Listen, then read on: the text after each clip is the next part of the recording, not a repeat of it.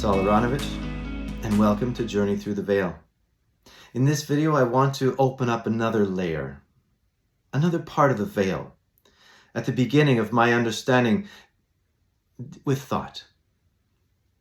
Now, the idea of thought is quite special because we know we can't actually see thought in our hands. We can't touch it, but we know it's very much real. But do we know how much we can interact with thought, ours as well as others? We know that when we send thoughts, as we say, out there, what actually goes on at the other end?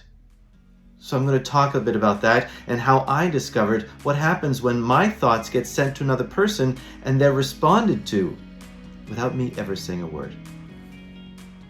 Enjoy. I would like to share with you a bit more now how I saw the world differently. What was going on inside of me that made me think this way? Now, I've mentioned to you that I would always ask those questions of, do you see the world the way I do? And I was curious to know if they actually saw through the eyes the way I do. The perspective that we have, if they saw it the same. And the perspective that I have, even when I was young,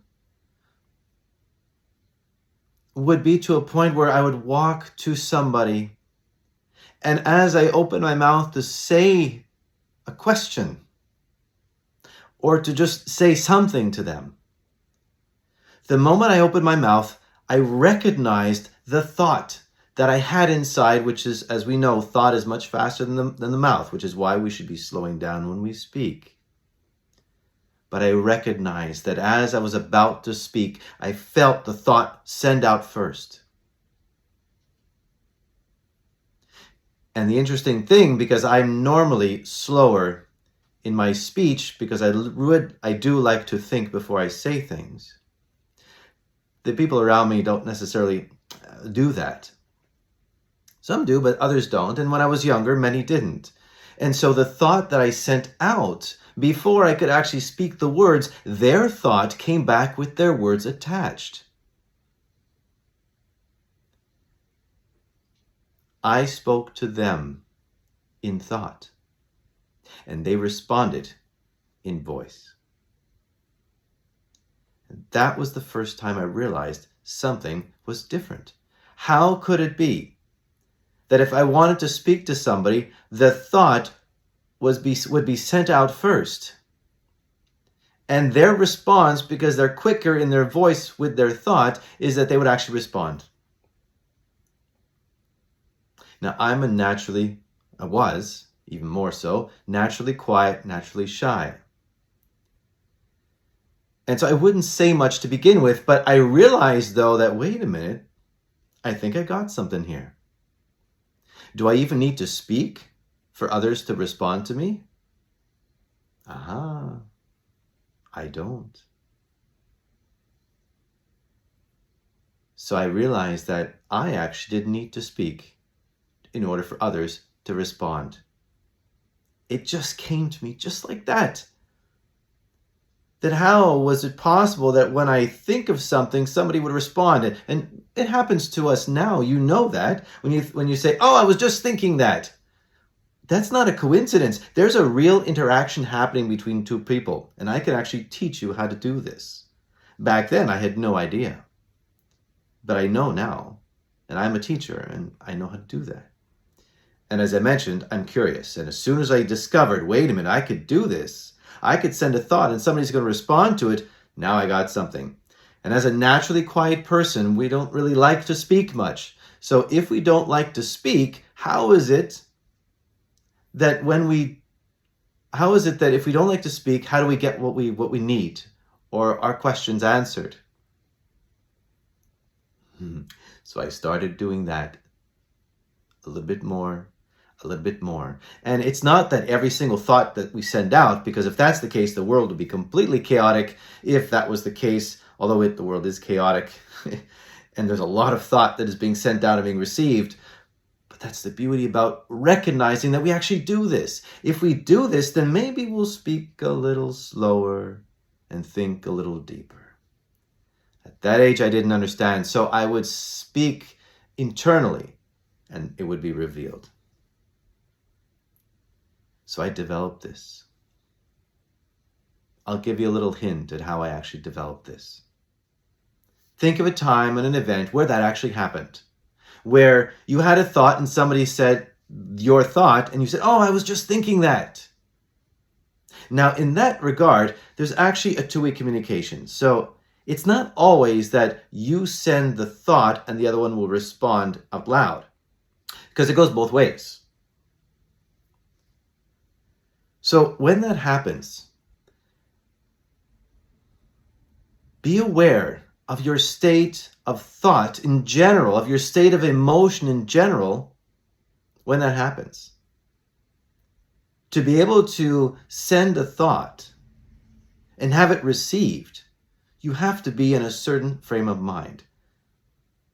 Now, I didn't speak to many people. I was constantly in my own mind. I was constantly speaking to two eyes and not physically verbal. I would do it internally as well, and it would respond. So in order to be able to do something like that, you need to be very calm. But you also need to be very much in tune with your thoughts. But there's a danger behind this, and we see it in the world today. The world today is built up of desires, of egos, of wants and needs that are far beyond what they need. And it's so much so, and it's so much desired, and it's so much amplified that the thought is being sent with so much power that it is revealed in the world. And others receive that, and they bank off of it, and they grow with it. And there are those who rebel against it. I didn't understand any of that when I was little. All I knew was, if I needed something, I could send the thought and it would be responded. So it was very helpful for me. But again, double-sided coin. If we're not actively communicating and we keep everything inside, it ends up festering and building even more. They used to call me a time bomb, because I would explode. I would explode like there's no tomorrow, because I kept everything inside. It is definitely not a good thing to keep inside, as I mentioned about the mentor. But then I was being fueled by this idea that I can still keep things inside, but send my intentions out and they would be responded to. Trivial things. I need a question answered. A glass of water. I don't want to go to school today.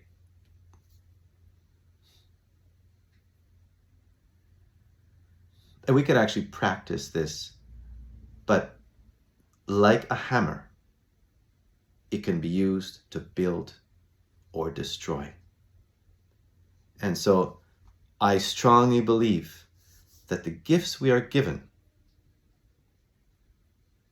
and the gifts that are allowed because they are fully in us and we just reveal them as we go about our activities, that they must be held sacred. When I was young, anything that I wanted wasn't really malicious, because I don't really have that malicious intent, but it allowed me to get what I needed. And I did have some trial experiences in my teenage years. I'll explain that another time. Kind of funny, no harm really. But we are truly capable of understanding that veil that we are covered by. And for you, as you listen to these videos and as we interact further, try the exercise with your thought and see where it leads you. Be aware. So you don't have to try anything now. Just be aware when somebody says, oh, I was just thinking that. Stop yourself right there. Analyze yourself. What was I thinking? What was I doing? What did I eat? How much sleep did I get? Where was I in spirit and in body and in mind and intellect and emotion? Where was I in all these things when the moment that happened? In order to understand you, and in order to understand the veil that you are being covered by, it is important to understand how you work within that veil, to navigate through that veil. And as you do, it will slowly be revealed. And the intention isn't that you rule the world. We got enough people who think that they can. Nobody can. But it's more than enough for you to reveal your truth, to reveal yourself, to reveal your true self. And watch it amplify, watch it grow, watch it spread throughout the lands. Watch other people begin to catch on. Remember, thought transfers really fast, and the emotion and the energy that comes with that thought is also transferred. It's also transferred. So if you are aware of your thought and how it interacts with other people, you begin to be aware of how you interact with other people. And there's certain things you might stop doing or might start doing because of that. So I hope these videos have found their way into your heart, into your curiosity, into your space. And the intention for these videos, and the intention for me, as I mentioned at the beginning, is really to allow you to understand the veil that you're under. Understand for you and walk with you as you reveal your own truths, as you thin out your own veil. Here we share together as I thin out mine, and how as I've grown to thin out mine.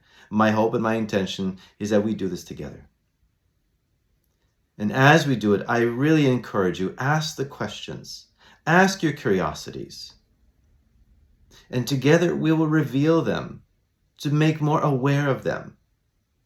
For our veils, even though they're independently covering each one of us, we have an overall veil that covers this entire existence. And through our collective awareness of who we truly are and what our true potential is, we have that ability collectively combined as one unique existence, that we can open it up, see the truths of us, see the truths of others, reveal the truths of others, because so much so they need to be revealed.